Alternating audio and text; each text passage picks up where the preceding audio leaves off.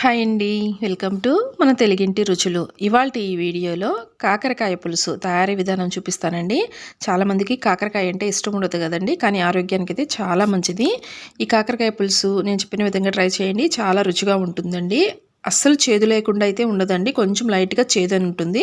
Taste అయితే చాలా బాగుంటుంది. తప్పకుండా ట్రై చేసి మీకు ఎలా వచ్చిందనేది నాకు కామెంట్ సెక్షన్లో తప్పకుండా కామెంట్ చేయండి. అలాగే ఈ వీడియో కనుక మీకు నచ్చినట్లయితే తప్పకుండా ఒక లైక్ అయితే ఇచ్చి మీ ఫ్రెండ్స్ రిలేటివ్స్ తోటి ఈ వీడియోని షేర్ చేయండి. ప్రాసెస్లోకి వెళ్ళిపోదాం. దీనికోసం నేను ముందుగా ఒక పావు కేజీ వరకు కాకరకాయలు తీసుకున్నానండి. పైన ఉన్న చెక్కునైతే లైట్గా తీసేయండి, మరి ఎక్కువ తీసుకోవద్దు. లైట్గా చెక్కు తీసేసుకొని ఇక్కడ వీడియోలో చూపిస్తున్న విధంగా ఈ సైజులో ఇలాగ రౌండ్గా చక్రాల్లాగా కాకరకాయ ముక్కలను అయితే కట్ చేసుకోండి. ఇప్పుడు ఇందులోకి ఒక పావు టీ స్పూన్ వరకు పసుపు వేసుకోండి. అలాగే ఒక టీ స్పూన్ వరకు సాల్ట్ వేసేసుకొని ఇక్కడ వీడియోలో చూపిస్తున్న విధంగా గట్టిగా ప్రెషర్ ఇస్తూ కలుపుకోండి. ఇలా గట్టిగా కలుపుకుంటే మనకి ఈ కాకరకాయలో ఉన్న వాటర్ అనేది బయటకు వచ్చేస్తుందండి. ఇలాగ స్లోగా మనకి కాకరకాయ కూడా మెత్తబడుతుంది, ముక్క అనేది సాఫ్ట్గా తయారవుతుంది. ఇలా కొంచెం ఒక 4-5 నిమిషాల పాటు ఇలా బాగా కలిపేసేసి ఇక్కడ చూస్తున్నారు కదా, ఇలాగ వాటర్ రిలీజ్ అయ్యే విధంగా కలుపుకోండి. 4-5 నిమిషాలు ఇలాగ మూత పెట్టేసి పక్కన పెట్టేసేయండి. 4-5 నిమిషాలకి మనకి మెత్తబడుతుంది ముక్క. చూస్తున్నారు కదా, మళ్ళీ ఒక 2 నిమిషాల పాటు బాగా కలిపేసి వీడియోలో చూపిస్తున్న విధంగా గట్టిగా ఇలాగ పిండేసేయండి. ఇలా పిండేసిన ముక్కలను ఒక ప్లేట్లోకి తీసుకొని పక్కన పెట్టేసేయండి. చూస్తున్నారు కదా, మనకి వాటర్ అంతా కూడా మనకి చేదుగా ఉంటుందండి. సో కొంచెం మనకి చేదుదనం అనేది తగ్గుతుంది ఇలాగ పిండేసి చేసుకోవటం వలన. ఇప్పుడు స్టవ్ మీద అడుగు మందంగా ఉండే కడాయి ఒకటి లేదంటే ప్యాన్ ఏదైనా పెట్టేసుకొని అందులోకి ఒక 2 గరిటెల వరకు ఆయిల్ వేసేసుకొని లో టు మీడియం ఫ్లేమ్లో పెట్టుకొని మనం పిండి వేసుకున్నాం కదా, ఈ కాకరకాయ ముక్కలు ఉన్నాయి కదా, ఈ కాకరకాయ ముక్కల్ని చక్కగా ఫ్రై చేసుకోండి. ఇవి మరీ ఫ్రై అవ్వకూడదండి, ఒక 50% అలా ఫ్రై చేసుకోండి. జస్ట్ ఆ కలర్ మారుతుంది, చూస్తున్నారు కదా, ఈ విధంగా ఉండాలి. ఎక్కువసేపు ఫ్రై చేశారు అంటే మరి మనకి టేస్ట్ అయితే అస్సలు బాగుండదండి. కాకరకాయ పులుసు టేస్ట్ లైట్గా ఫ్రై చేసుకోండి. ఇలాగా ఒక 5 to 6 మినిట్స్ అలాగా ఫ్రై చేశారంటే మనకి ఈ కలర్ వచ్చేస్తాయి. మిగతా ఆయిల్లో మరొక బ్యాచ్ వేస్తున్నాను. అవి కూడా బాగా ఫ్రై అయిన తర్వాత మీకు ఆయిల్ ఉంటే సరే, లేదు అంటే ఒక టేబుల్ స్పూన్ వరకు ఆయిల్ అయితే యాడ్ చేసుకొని పోపు పెట్టేసుకుందాం. ఆవాలు, ఒక టీ స్పూన్ ఆవాలు వేసుకోండి. అలాగే ఒక 1/2 టీ స్పూన్ వరకు జీలకర్ర, ఒక 1/2 టీ స్పూన్ పచ్చిశనగపప్పు, అలాగే ఒక 1/2 టీ స్పూన్ వరకు మినపప్పు వేసుకోండి. ఇందులోనే కట్ చేసి పెట్టుకున్న 4 ఎండుమిర్చీలను వేసేసుకోండి. కచ్చాపచ్చాగా దంచిన ఒక 4-5 వెల్లుల్లి రెబ్బలు వేసుకోండి, చాలా బాగుంటుందండి. కానీ కొంతమందికి ఈ వెల్లుల్లి రెబ్బలు ఫ్లేవర్ ఇష్టం ఉండదు కదా, అలాంటి వాళ్ళైతే స్కిప్ చేయొచ్చు.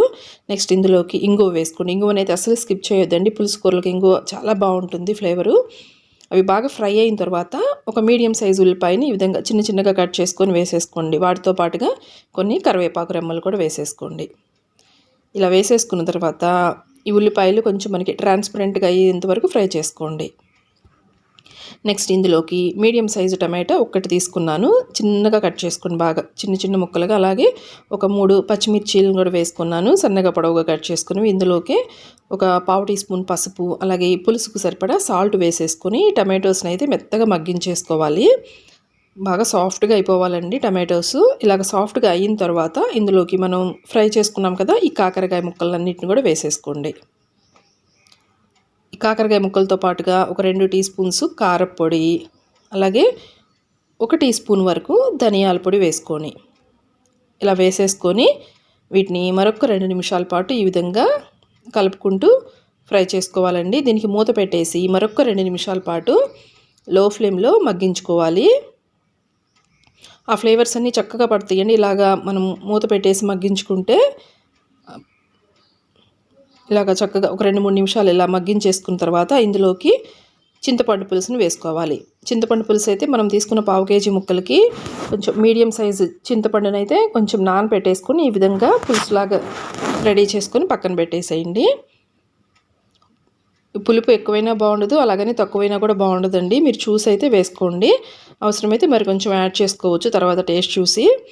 ఇలా పులుసు వేసుకున్న తర్వాత ఇందులోకి తగినంత వాటర్ వేసేసుకోండి. నేనైతే ఇక్కడ ఒక 1.5 గ్లాస్ వరకు వాటర్ వేసానండి. ఒకసారి ఆ పులుపు, కారం, ఉప్పు ఇవన్నీ సరిపోయినాయి లేదో ఒకసారి ఆ వాటర్ని అయితే మీరు టేస్ట్ చూసి చెక్ చేసుకోండి. ఇలా మీడియం ఫ్లేమ్లో పెట్టుకొని మూత పెట్టేసి ఒక 10 నిమిషాల పాటు ఉడికించుకోవాలి పులుసుని. లాస్ట్లో బాగా మనకి ముక్కది బాగా ఉడికిన తర్వాత ఇందులోకి బెల్లం, మీరు టేస్ట్ని బట్టి బెల్లం అయితే వేసుకోండి. నేనైతే ఇక్కడ చిన్న కప్పుతో ఒక హాఫ్ కప్ బెల్లం వేసానండి. అలాగే మనకి కన్సిస్టెన్సీ మనకి మంచిగా ఉండటానికి ఇందులోకి ఒక టీ స్పూన్ శనగపిండి తీసుకొని ఇందులోకి కొంచెం వాటర్ వేసేసుకొని ఎక్కడ ఉండలు లేకుండా బాగా కలిపేసేసి ఉడుకుతున్న పులుసులో వేసేసుకొని ఒక్క నిమిషం పాటు ఉడికించుకోవాలండి. ఇలాగ శనగపిండి వేసుకోవడం వల్ల టేస్ట్ చాలా బాగుంటుంది. కన్సిస్టెన్సీ కొంచెం లైట్గా చిక్కగా ఉంటుంది. మీకు వద్దు అనుకుంటే స్కిప్ చేయొచ్చు. లాస్ట్లో ఈ విధంగా కొత్తిమీర చల్లేసుకొని స్టవ్ ఆఫ్ చేశారంటే కాకరకాయ పులుసు రెడీ అయిపోతుంది. ట్రై చేయండి. వీడియో కనుక నచ్చితే ప్లీజ్ లైక్ చేయండి. ఛానల్ అయితే సబ్స్క్రైబ్ చేయండి. Thank you.